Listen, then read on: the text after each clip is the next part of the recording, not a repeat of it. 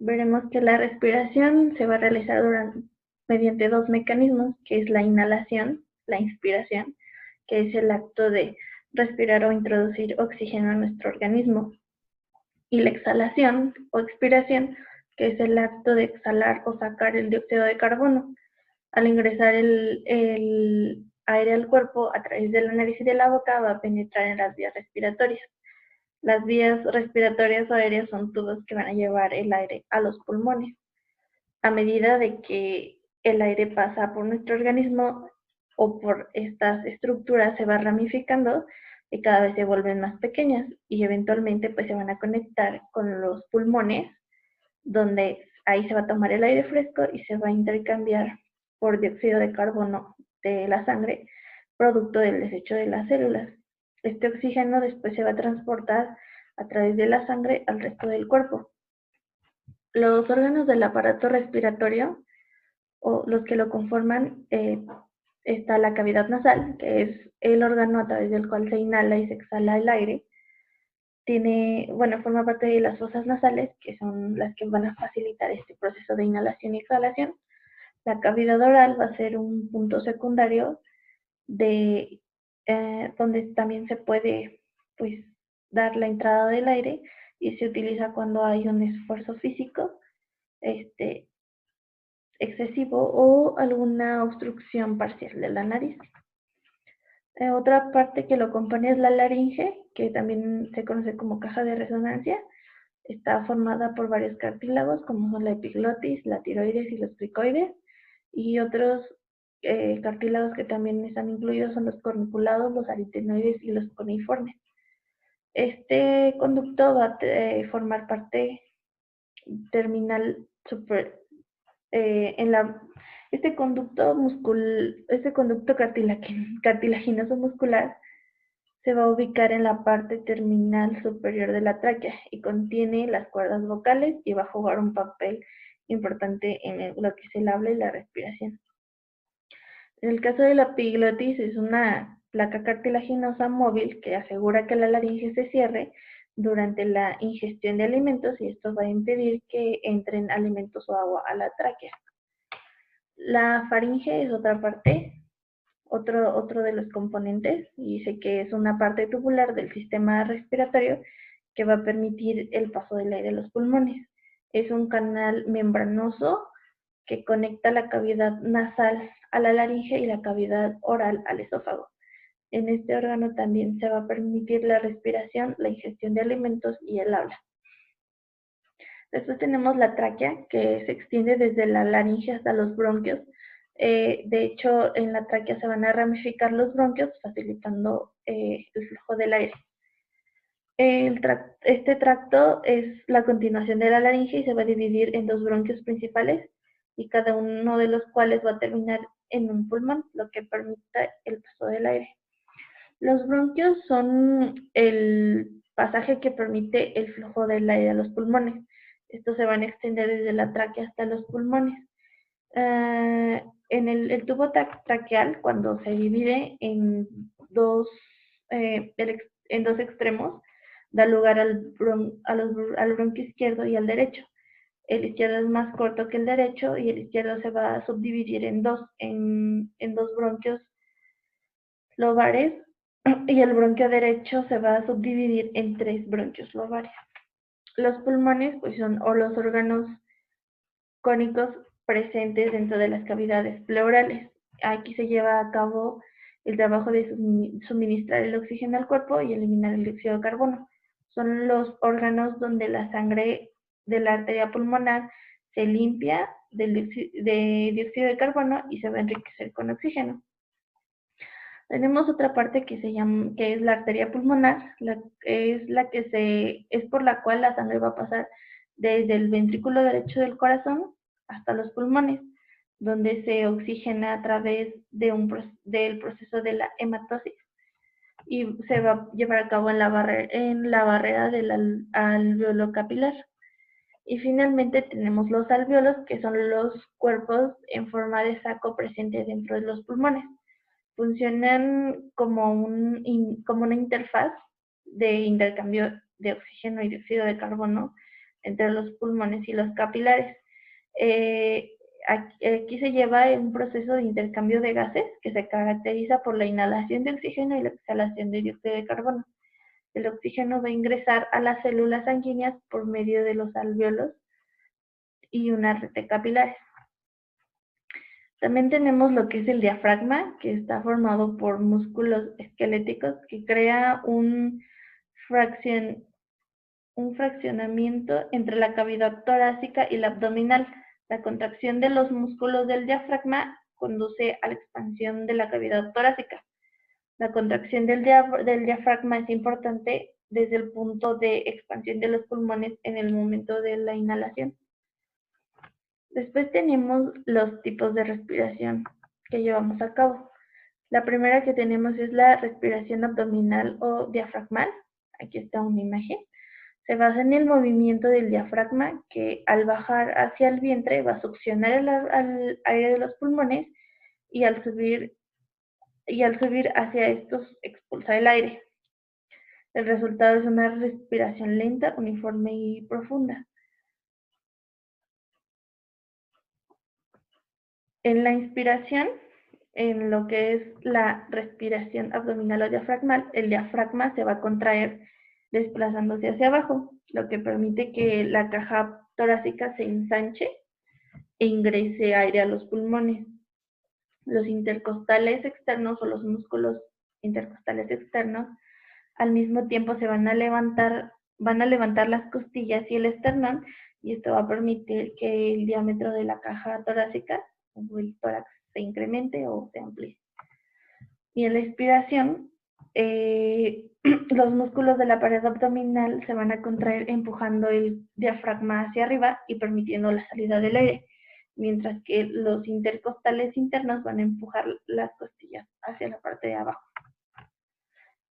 Las ventajas que tenemos en este tipo de respiración es que permite el flujo completo de oxígeno a nuestro cuerpo, permite que funcione correctamente y que el ritmo cardíaco descienda, al igual que también la presión sanguínea.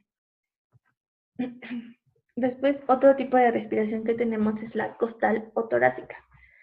Se da cuando llenamos la zona media de los pulmones, como se puede ver en la imagen, y normalmente ocurre una vez que se haya llenado la zona baja con la respiración abdominal, y aquí actuarán los músculos intercostales que van a separar las costillas, haciendo que el aire fluya hacia la zona media.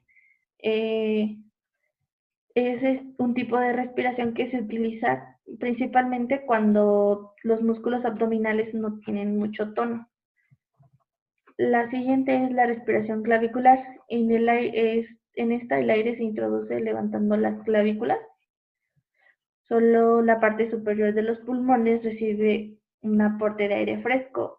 Es el modo menos bueno de respirar, porque no lleva el oxígeno correctamente hacia todas las áreas de los pulmones. Las desventajas que tenemos en esta respiración es que el aporte de oxígeno va a ser insuficiente y mantenido a lo largo del tiempo puede agravar estrés y hacer que nuestro cerebro y nuestro cuerpo pues no funcione de la manera correcta. Y después tenemos un tipo de respiración que es la completa y que se va a realizar unificando los tres tipos de respiraciones anteriores, que va a ser la abdominal, la torácica y la clavicular. Se va a incluir la respiración diafragmática, después la costal y al final la clavicular, como lo podemos ver en las imágenes que estamos presentando. Esta es respiración superior. Como pueden ver, todo el apoyo está en la parte de arriba.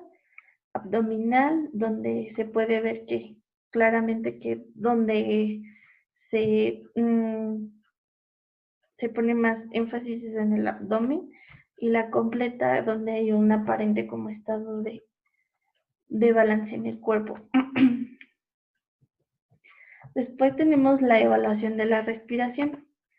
Dice que, bueno, sabemos que cuando la respiración tranquila no es realizada por la nariz sino por la boca, o por la boca y la nariz al mismo tiempo, va a conllevar a diversas alteraciones, posición inadecuada de la lengua y los labios, entre otras alteraciones.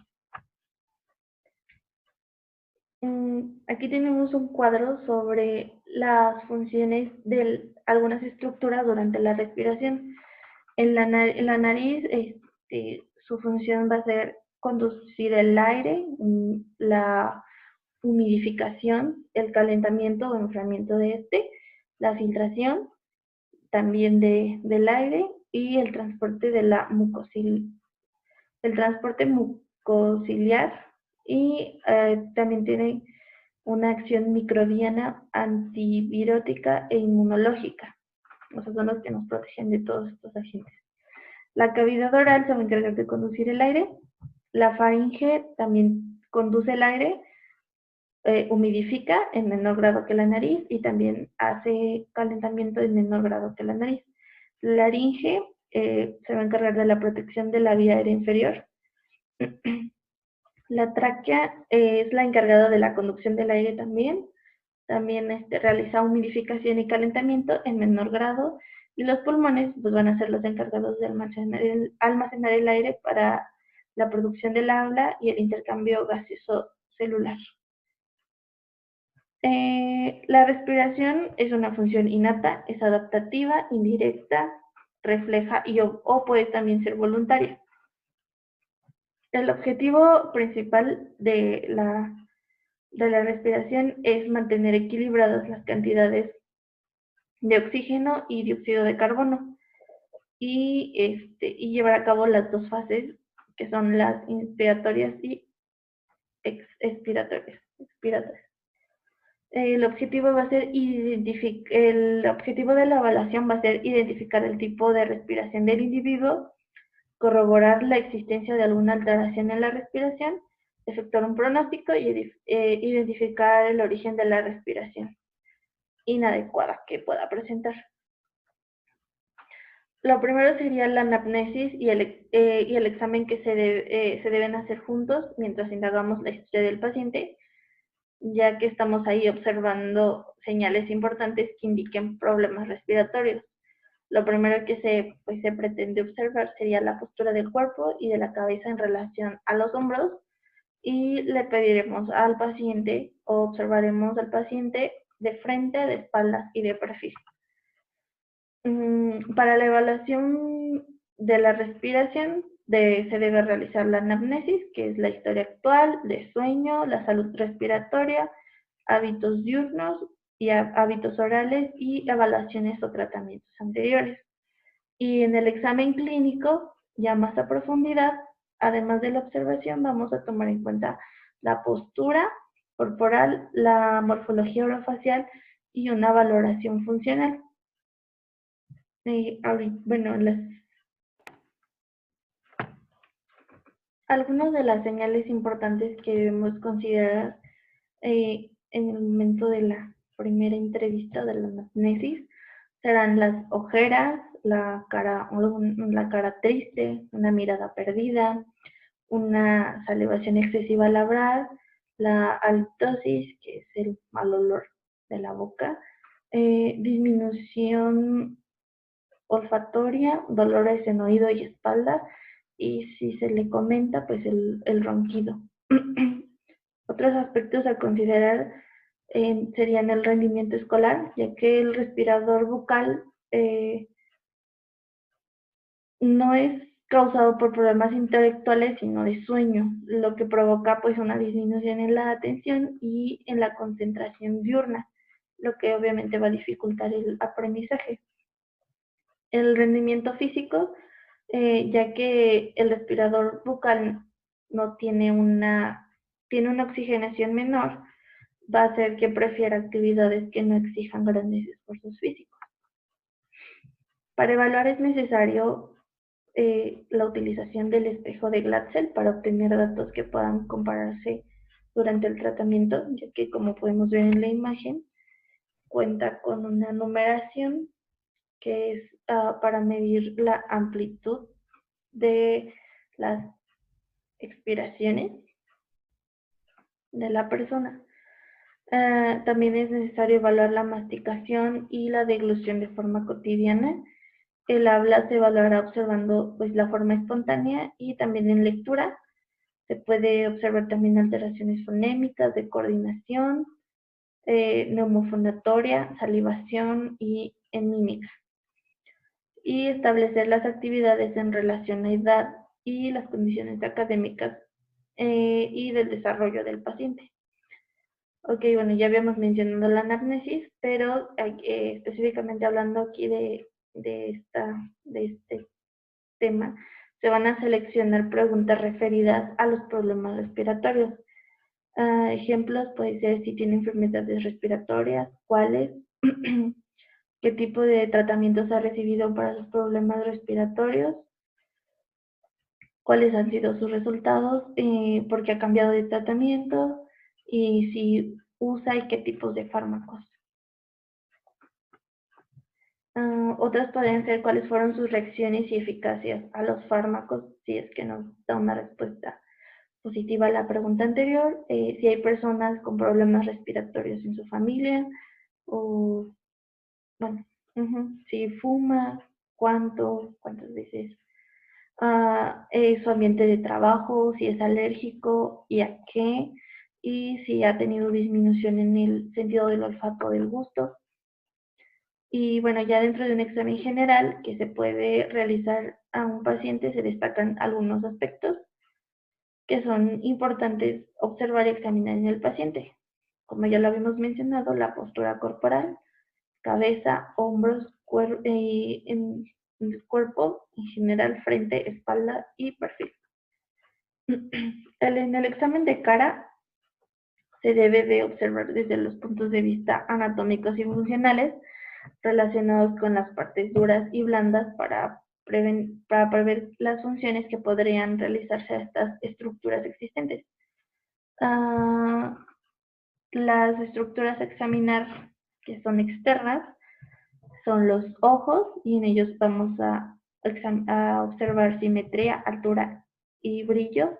En nariz vamos a observar simetría, tamaño, el tabique, bueno, forma del tabique, los orificios, el ángulo nasolabial y marcas, si hay marcas de picazón, y se va a utilizar el espejo de Glatzel antes y, y después de sonar la nariz.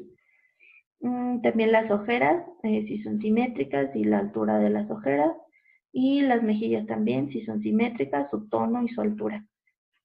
En cuanto a los labios, se va a observar la espesura, la eversión, la retracción, abiertos, bueno, sus posiciones abiertas, entreabiertas, cerradas, el filtro labial, su tono, su simetría, su color y si hay acumulación de saliva. En el mentón se va a evaluar el ángulo mentolabial, si hay desviaciones y si hay simetría.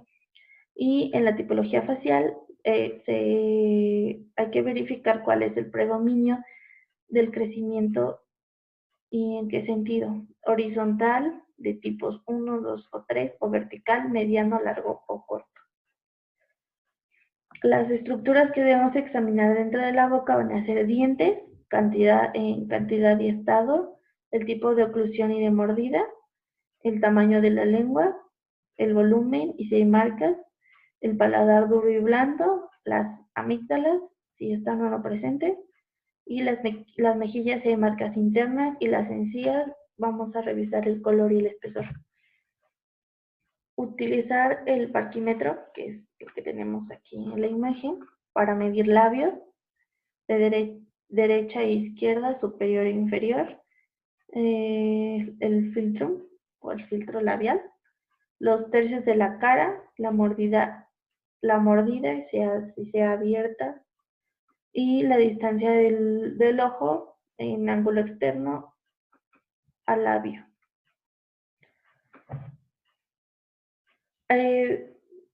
Algún ejercicio respiratorio sin necesidad de utilizar material, en este caso sería uno de posición, que sería estar de pie con el tronco en posición vertical y los brazos a los costados. La ropa no le impedirá nada, no le tiene que impedir nada. También puede realizarse los ejercicios en posición horizontal en una cama con la cabeza en un plano, en un plano algo superior. Nunca se hará después de comer y se procurará que la sala de reeducación esté pues ventilada y ventilada. La forma de respirar dice que la inspiración será nasal, profunda y regular, nunca violenta ni entrecortada, sino realizada en un solo movimiento. El aire va a ser retenido por algunos segundos en los pulmones y realizando después la inspiración, que puede ser nasal o vocal. En la inspiración se debe tener cuidado en dilatar las alas de la nariz, pues es frecuente que el paciente, cuanto más aire quiera inspirar, más se le hundan las aletas nasales y en menos cantidad el aire, y haya menos cantidad del aire que inspira. La duración dice que la inspiración va a durar de 6 a 8 segundos. Se va a retener el aire en los pulmones de 2 a 3 segundos para realizar la expiración de 8 a 10 segundos. El número de veces que se hará que se repita en el ejercicio será de 3 a 6 veces según la dificultad que vaya presentando el paciente, y se puede elegir para cada día 1 o 2 ejercicios de cada serie que vaya, y conforme vaya presentando una dificultad creciente. Ejercicios con respiración nasal. La inspiración nasal lenta y profunda, retención del aire y expiración.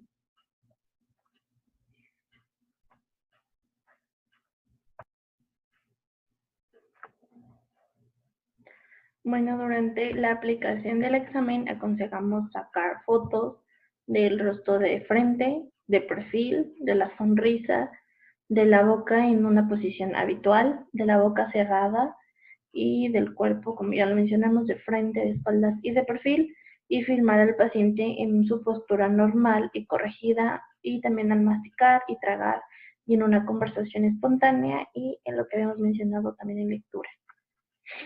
Bueno, en cuanto a la rehabilitación de la respiración, vamos a dividirla o vamos a trabajarla sobre objetivos. En este caso, los objetivos generales sería la toma de conciencia del problema, del tipo de respiración bucal, que sería como principalmente la alteración a tratar, mostrar lo que es la forma y la función existentes y lo que le permiten, y corregir la función respiratoria para que se aproxime pues lo más posible a la normalidad y respetando también las posibilidades individuales de cada paciente.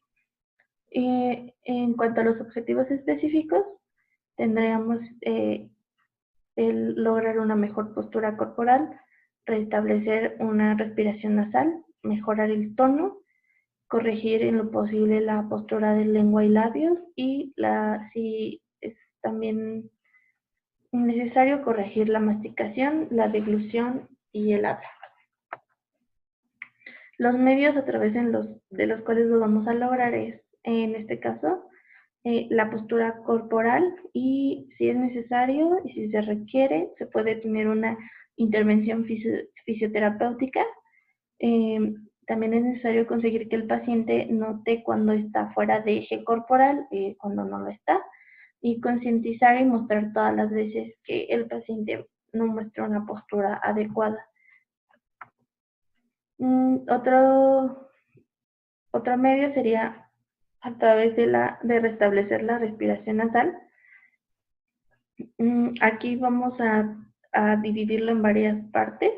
La primera sería enseñar a usar la nariz, mostrar cómo funciona la nariz, cómo es expirar y aspirar correctamente, cómo se va a respirar con un orificio por vez, o sea, primero uno y después el otro orificio.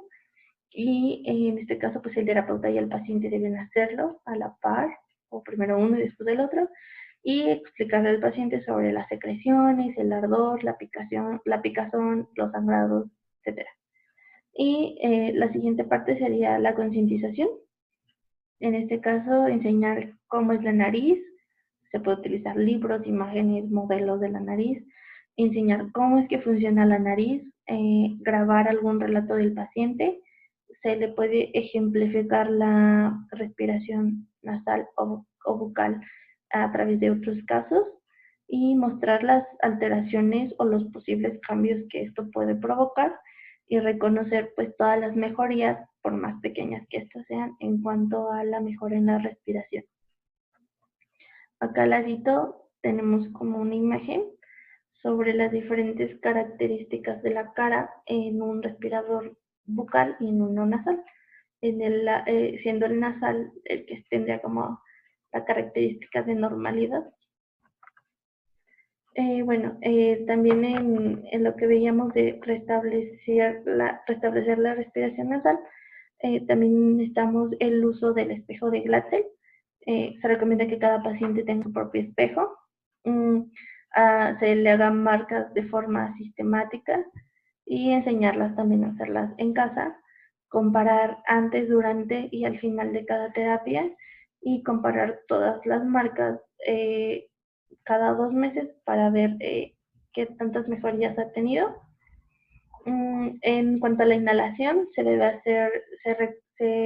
recomienda que sea con agua caliente, o sea, inhalaciones de agua o hacer que la gente o por la nariz, en el uso de fármacos, en espejos y se debe de ayudar a el estado físico, mejorar la vida social y la cinta micropor y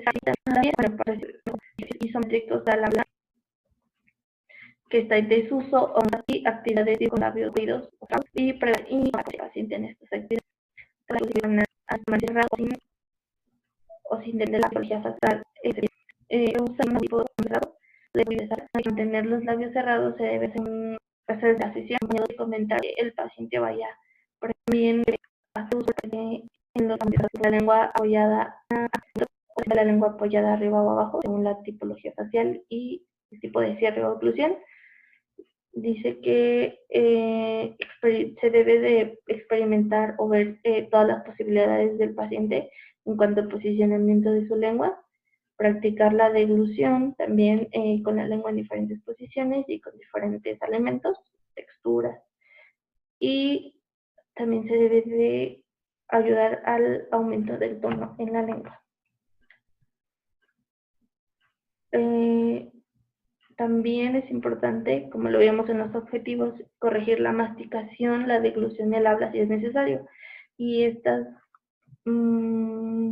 funciones se van a corregir con técnicas específicas de cada una. Y se debe recordar siempre que sin una estructura adecuada no se puede lograr una función adecuada completamente. O sea, si alguna de las partes involucradas en el proceso de respiración no está físicamente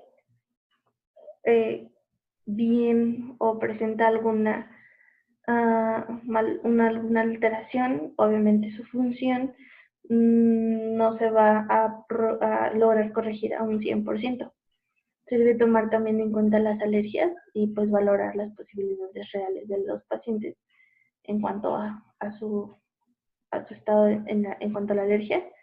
Se debe observar, comentar y anotar y evaluar el desempeño del paciente en todas sus actividades diarias. Se debe de incentivar todo y cualquier cambio y se recomienda reevaluar al paciente cada 2 meses para reestructurar la terapia si esto es necesario.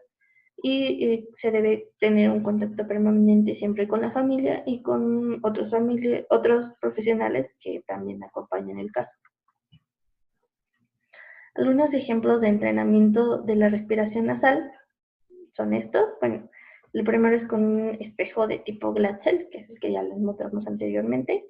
Con la boca cerrada, el paciente debe realizar varias inspiraciones y expiraciones por la nariz, dejando empañada la superficie del espejo, como se ve en la imagen, y después debe inspirar el aire por una de las narinas y expulsarlo por la otra. de forma alterna y varias veces seguidas. Otro es que con un pequeño espejo colocado debajo de la nariz, puede ser el de Glatzel, el paciente debe de realizar varias respiraciones al mismo tiempo, varias respiraciones alternando el ritmo y la duración de las mismas. Aquí pusimos como una secuencia donde 0 es inspiración y 0 es expiración, entonces hará una, por ejemplo, en el primer ejemplo y en la primera línea sería una inspiración, una expiración, una inspiración, una expiración, una inspiración, una expiración, una inspiración y una expiración. Y en la segunda línea podemos ver que la secuencia cambia, son dos inspiraciones por una expiración. En el siguiente ejemplo es la misma dinámica, solamente cambiamos los símbolos que utilizamos para la secuencia. En forma general, bueno, en otras actividades se puede incluir el que el paciente mantenga un trocito de oblea o de pan de ángel, que es similar, entre los labios cuando realiza alguna actividad, como leer, mirar televisión, y se debe de ir aumentando progresivamente la duración que pueda permanecer con la oblea entre los labios. Y bueno, otro ejemplo, el entrenamiento de tipo respiratorio, aquí es de cúbito dorsal. En el paciente va a inspirar por la nariz y va a colocar su mano sobre el diafragma para sentir su expansión y su elevación, y después va a aguantar la respiración y va a expirar lentamente por la boca controlando el flujo del aire. Aquí a continuación lo que va a hacer es colocar las manos lentamente sobre las costillas para percibir la expansión costodiafragmática. Aquí es más que nada como para concientizar dónde realmente se está enfocando la respiración del paciente. En otra posición, por ejemplo sentado, también se comienza entrenando la coordinación neumofonoarticulatoria, lo mismo como veíamos. No solo la respiración se da en una posición vertical, sino también puede ser sentado o acostado. Cuando está sentado, el paciente va a inspirar aire por la nariz, provocando la expansión costodiafragmática, y lo va a expulsar contando despacio hasta 4, y luego va a repetir el ejercicio avanzando progresivamente hasta llegar a 15. O sea que en este ejercicio el objetivo es que aumente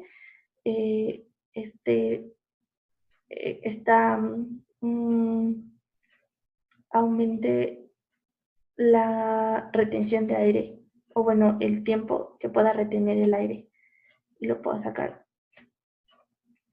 Después de estos mismos ejercicios, también se pueden realizar con lecturas de rimas o poesías, y pues se pretende, bueno, controlando también las pausas respiratorias.